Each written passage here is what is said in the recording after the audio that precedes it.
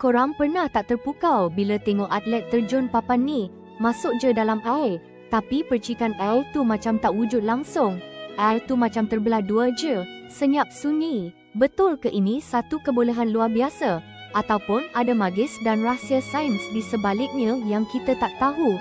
Mari kita bongkar misteri water splash hilang yang menakjubkan ni. Jom fahamkan apa rahsia di sebalik kesempurnaan tu. Sebenarnya, splash hilang ni bukan kebetulan. Ia memerlukan latihan keras dan ketepatan yang sangat tinggi dari atlet. Rahsianya terletak pada posisi badan masa masuk air. Atlet akan pastikan badan lurus tegap macam pensel, kepala tunduk rapat ke lengan dan tangan dicantumkan ketat di atas kepala. Bentuk tajam dan runcing inilah yang paling kritikal. Ia dapat kurangkan rintangan air secara maksimum, membuatkan air terbelah dengan licin. Bila tangan dan hujung badan masuk licin dulu, ia cipta satu poket udara kecil bawah permukaan air. Poket udara ni bantu badan atlet meluncur masuk dengan mudah tanpa banyak gangguan.